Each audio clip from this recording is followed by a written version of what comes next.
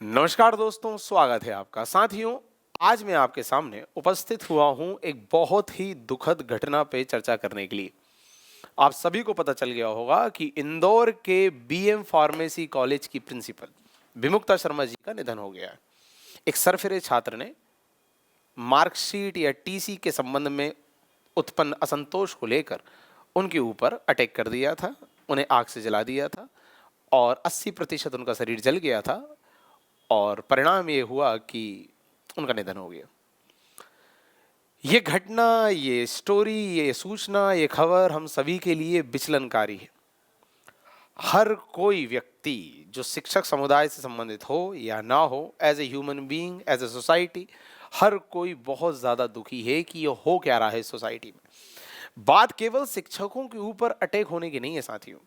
बात है कि आज का यूथ, जिसे हम भारत का भविष्य समझ रहे हैं, ये किस दिशा में जा रहा है।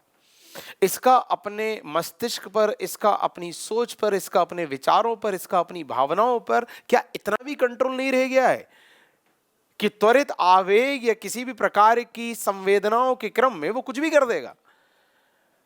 अभी आज सुबह की भी घटना शायद आपने सुनी होगी कि कोई एक छात्र था, तो उसने अपनी सहपाठी छात्रा, मतलब उसके साथ पढ़ने वाली किसी लड़की की हत्या कर दी। क्यों? क्योंकि वो लड़की टॉप कर रही थी या टॉप करने वाली थी। तो उसने कहा कि तू हर बार रैंक लाती है, मैं तुझे रैंक लाते हुए नहीं देख सकता, और उसकी हत्या कर दी। कुछ समय पहले की घटना आपने सुना होगा कि गुरुग्राम या वहां के आसपास के क्षेत्र की कोई घटना है कि एक बच्चा जो है वो पिताजी का पिस्टल लेके स्कूल जाता है, प्रिंसिपल पे अटैक कर देता है, उनकी हत्या कर देता है। अभी 1-2 महीने पहले की घटना है कि किसी पिताजी ने अपने बच्चे से मोबाइल छीन लिया या उसे गेम नहीं खेलने दिया, तो उसने पिताजी की हत्या कर दी। बात केवल, जैसा मैंने कहा, शिक्षकों पे हो रहे अटैक की नहीं है। बात है इस व्यवहार की, बात है इस अभिव्यक्ति की, बात है इस क्रूरता की, बात है इस जघन्यता की, बात है संवेदनहीनता की कि हो क्यों रहा है।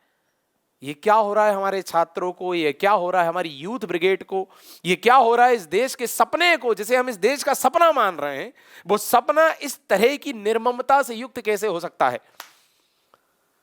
मैं इस बात पे चर्चा करने के लिए यहां उपस्थित हुआ हूं। क्या कारण है इस चीज का? विमुक्ता शर्मा जी हमारे बीच नहीं रही। सरकार ने, कानून व्यवस्था ने, पुलिस कर्मियों ने, प्रशासन ने, अधिकारियों ने अपनी जांच कर ली या आगे भी कर लेंगे, अपराधी को गिरफ्त में ले लिया, उसे सजा दे देंगे, और सभी लोग कहीं ना कहीं हाथ झाड़ के खड़े हो जाएंगे कि भाई हमने हमारा दायित्व कर दिया। अपराधी ने अपराध किया, व्यक्ति ने अपराध किया, उसे हमने सजा दे दी, जो हमारे हाथ में था हमने कर दिया। पर क्या विमुक्ता शर्मा जी वापस आ जाएंगी? क्या वो प्रिंसिपल महोदय वापस आ जाएंगी जिन्हें गुरुग्राम में एक छात्र ने गोली से मारकर उनकी हत्या कर दी थी? क्या वो व्यक्ति वापस आ जाएगा जिसकी हत्या उसके बेटे ने कर दी थी वीडियो गेम ना खेलने के चक्कर में? क्या वो कन्या, वो छात्रा वापस आ जाएगी जिसके सहपाठी ने उसको मार दिया सिर्फ इस आधार पर कि वो रैंक ला रही थी? कानून अपना काम कर देगा, व्यवस्था अपना काम कर लेगी, पुलिस प्रशासन अपना काम कर लेगा, जांच हो जाएगी, अपराधी जो है वो जेल में चला जाएगा, उसे सजा मिल जाएगी, सब हो जाएगा, सब अपना दायित्व निभा देंगे। बट क्या ये लोग वापस आ जाएंगे? उस परिवार की जो अपूर्णीय क्षति है, क्या वो पूरी हो जाएगी? उन पर आश्रित जो लोग थे, क्या उनका दुख कम हो जाएगा?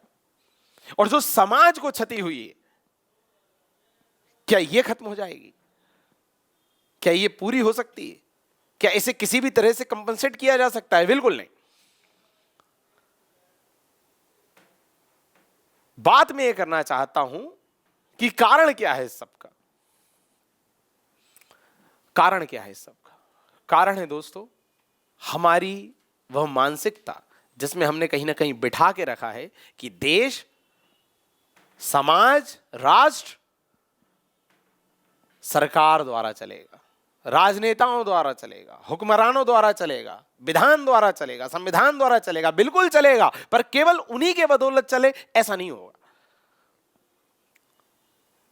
समाज को भी आगे आना पड़ेगा। जिस तरह कोई गाड़ी किसी एक पहिए से आगे नहीं बढ़ सकती, उसी तरह राष्ट्र रूपी रथ भी राजनीतिक व्यवस्था और सामाजिक व्यवस्था रूपी दो पहियों के समामेलन, संयोजन से ही आगे बढ़ सकता है।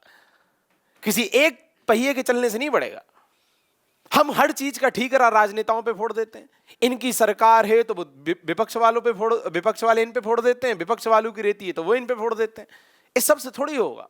समाज को अपना भी कुछ दायित्व सुनिश्चित करना पड़ेगा, समाज को अपनी भी कुछ जिम्मेदारी सुनिश्चित करनी पड़ेगी। और क्या है जिम्मेदारी? ओशो कहते थे ना कि यदि कहीं आग लगी है, कहीं धुआं निकल रहा है, तो धुएं को रोक देने से आग नहीं बुझ जाएगी। धुएं को एक जगह से रोकोगे वो दूसरी जगह से निकल जाएगा, दूसरी जगह से रोकोगे वो तीसरी जगह से निकल जाएगा। जब तक आप आग नहीं बुझाओगे धुआं निकलना बंद नहीं होगा। उसी तरह ये सारी घटनाएं, आपने अपराधी को दंड दिया, आपने उस व्यक्ति को दंड दे दिया, बस उस धुएं को तो रोक दिया बस, पर उस धुएं के निकलने का कारण क्या था, उस घटना के होने का कारण क्या था, जब तक इस पे विचार नहीं होगा इस तरह की कई घटनाएं होती रहेंगी। कभी शिक्षक के साथ, कभी जैसा मैंने कहा अपने पिताजी के साथ, कभी सहपाठी के साथ, किसी न किसी के साथ होता रहेगा। तो मूल वजह को समझना पड़ेगा। धुएं को रोकने से कुछ नहीं होगा, आग को बुझाना पड़ेगा। और दोस्तों, जैसा मैंने कहा, सरकार या राजनीतिक व्यवस्था धुएं को रोक सकती है बस, अपराधी को दंड दे सकती है बस, कानून का शासन स्थापित कर सकती है बस। अग्नि को जलने से रोकने का दायित्व समाज का है।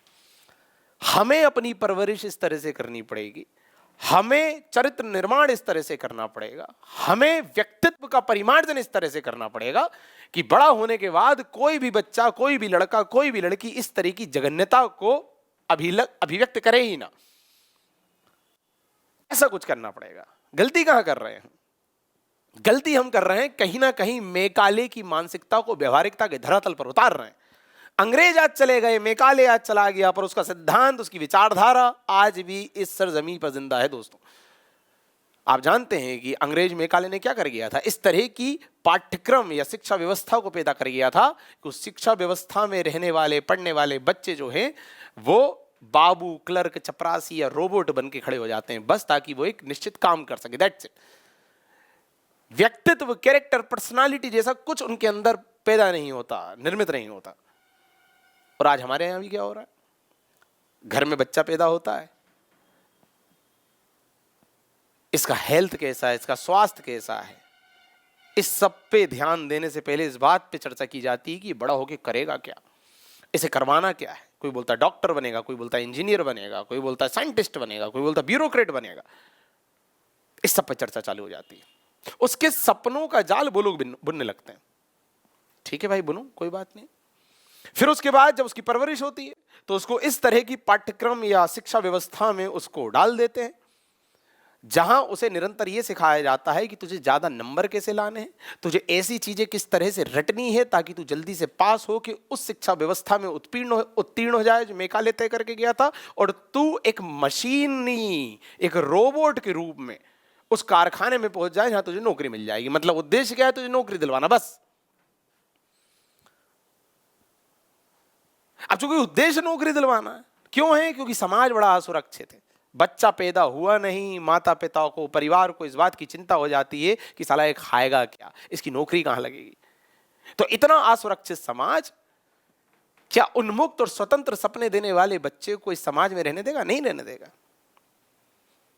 असुरक्षित समाज कभी स्वतंत्र सपनों को पैदा नहीं होने देता, तो उसके सपने स्वतंत्र नहीं होंगे। वो वही सोचेगा जो आप उसे कह रहे हैं, और वो पूरी शिक्षा व्यवस्था में केवल वही लेना चाहेगा जिसमें उसे नौकरी मिल जाए, वो एक कंपनी में जाके रोबोट का काम अच्छे से कर सके बस। मतलब आपने पैदा होने के बाद से लेके बड़े होने तक केवल एक चीज पे काम किया कि आपका बच्चा रोबोट कैसे बने, आपका बच्चा मशीन कैसे बने, आपका बच्चा उत्पादक, प्रोडक्टिव कैसा बने। That's it. तभी उसे पैसा मिलेगा, तभी उसका जीवन सफल है बस।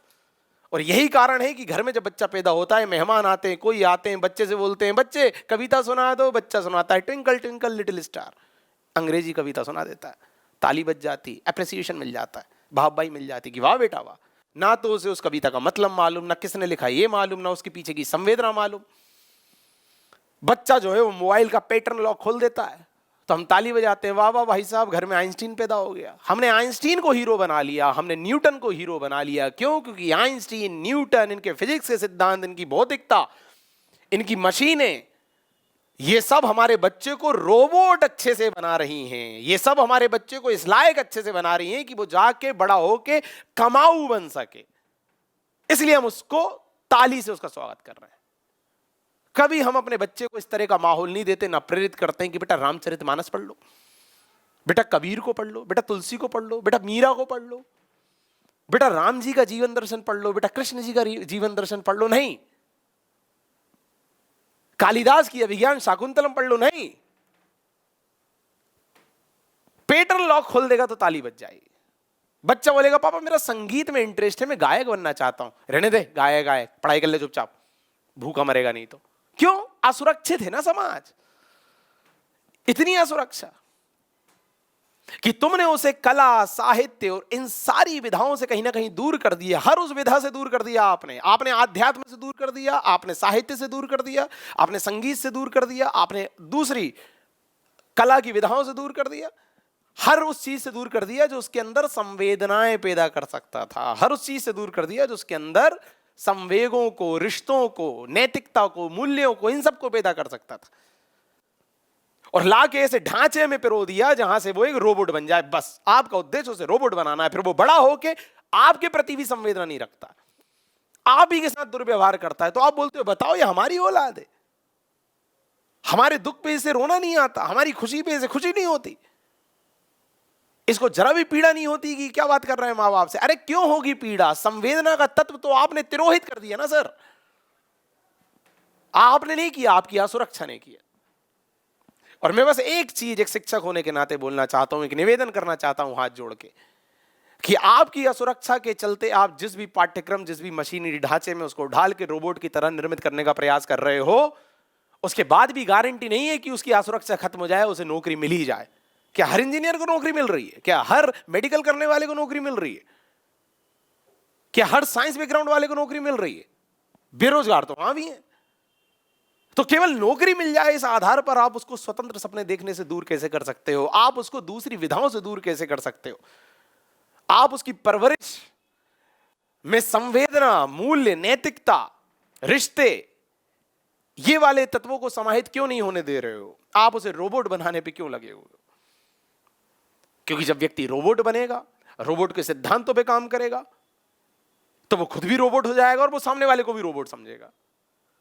और याद रखना, मशीनें गुणात्मकता दे देती हैं, मशीनें जल्दी परिणाम दे देती हैं, पर मशीनें रो नहीं सकती, मशीनें हंस नहीं सकती, मशीनें भावनाओं का संचरण नहीं कर सकती। और ये समाज बिना भावनाओं के, बिना इमोशंस के नहीं चल सकता।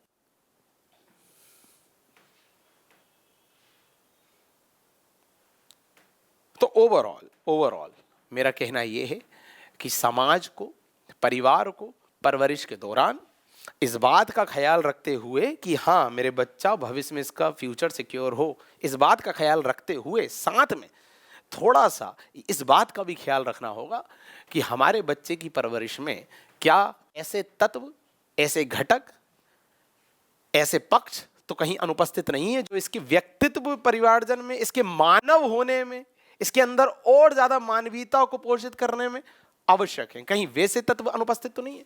बोलते हैं ना कि बच्चे की परवरिश में पिता और माता दोनों का रोल होता है। क्यों? क्योंकि पिता से उसके अंदर आता है निर्भीकता, आक्रामकता, पुरुषार्थ, और माता से उसके अंदर आता है ठहराव, धैर्य, सहनशीलता, संवेदनशीलता, करुणा, दया, प्रेम, स्वीकार्यता, ये सब। तब वो एक कंप्लीट पर्सनालिटी बनता है। तो कृपया, जैसे हम भोजन में ध्यान देते हैं कि ओ हो कैल्शियम नहीं जा रहा शरीर में, तो चलो ओहो ये वाला विटामिन नहीं जा रहा शरीर में भोजन करते टाइम, तो चलो मल्टीविटामिन ले लेते हैं, चलो ये वाली टेबलेट ले लेते हैं। सारे विटामिन जाने चाहिए शरीर में, तब शरीर अच्छे से काम करेगा। उसी तरह व्यक्तित्व में भी सारे तत्व समाहित होने चाहिए। वे वाले तत्व भी हों जो आपको भविष्य में अच्छी नौकरी दिलवा दें, ओके। पाठ्यक्रम पर आधारित हो, ओके, पढ़ावाइए उसे। मैं ये नहीं कह रहा हूं कि कल से स्कूल भेजना बंद कर दो,